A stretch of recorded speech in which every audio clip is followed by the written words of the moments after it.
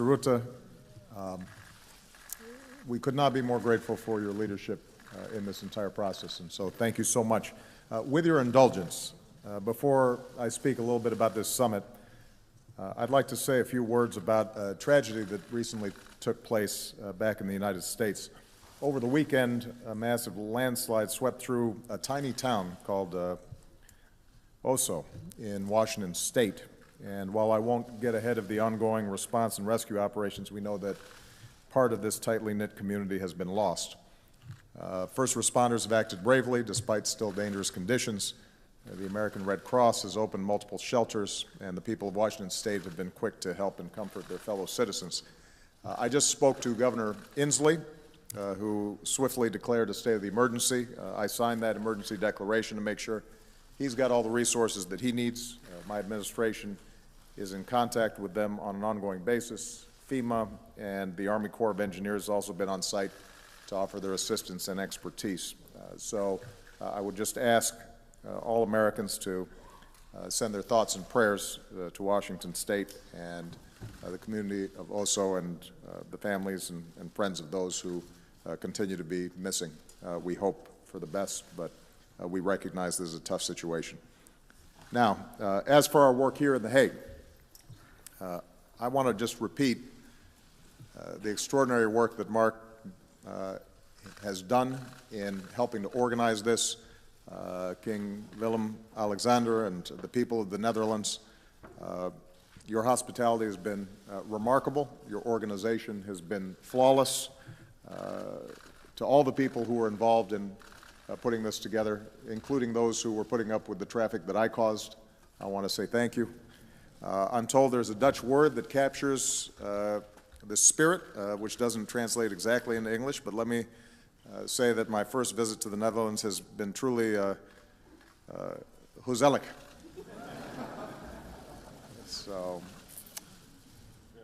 you know, I convened the first nuclear security summit in Washington 4 years ago because I believed that we need a serious and sustained global effort to deal with one of the greatest threats to international security, and that's the specter of nuclear terrorism.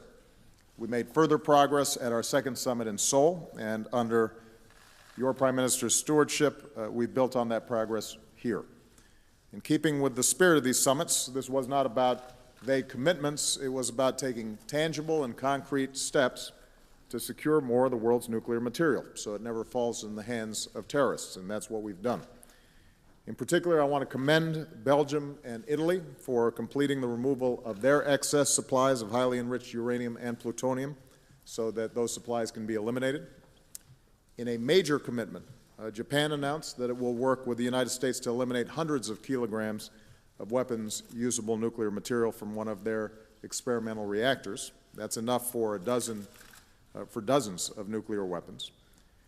Dozens of other nations have agreed to take specific steps towards improving nuclear security in their own countries and to support our global efforts. Some have pledged to convert their research reactors to low-enriched uranium, which cannot be used to make a bomb. We've set new goals for implementing our nuclear security measures, including sharing more information to show that we're all living up to our commitments. I've made it clear that the United States will continue to do our part as well. Our nuclear regulator will develop new guidelines to strengthen cybersecurity at our nuclear power plants, and we've pledged to pursue the production of a key medical isotope used to treat illnesses like cancer without relying on weapons-usable material. We're also going to work with our partners around the world to install more radiation detection equipment at ports and transit sites in order to combat nuclear smuggling. And all of this builds on our previous efforts. 12 countries and 24 nuclear facilities around the world have now rid themselves entirely of highly enriched uranium and plutonium. Dozens of nations have boosted security at their nuclear storage sites or built their own counter-smuggling teams or created new centers to improve nuclear security and training. The International Atomic Energy Agency, or the IAEA, is now stronger, and more countries have ratified the treaties and international partnerships at the heart of our efforts. So we've seen a fundamental shift in our approach to nuclear security. But as Mark indicated, we still have a lot more work to do to fulfill the ambitious goals we set 4 years ago. to fully secure all nuclear and radiological material, civilian and military, so that it can no longer pose a risk to any of our citizens. I believe this is essential to the security of the entire world, and given the catastrophic consequences of even a single attack, we cannot be complacent. I'll close by reminding everyone that one of the achievements of our first summit in 2010 was Ukraine's decision to remove all its highly enriched uranium from its nuclear fuel sites. Had that not happened, those dangerous nuclear materials would still be there now. And the difficult situation we're dealing with in Ukraine today would involve yet another level of concern. So it's a vivid reminder that the more of this material we can secure, the safer all of our countries will be. We've made progress. We've got more to do. We're going to continue our work, and I look forward to hosting the 4th Nuclear Security Summit in the United States in 2 years. So thank you again, Mark, and all your team, as well as the people of the Netherlands, for this outstanding summit.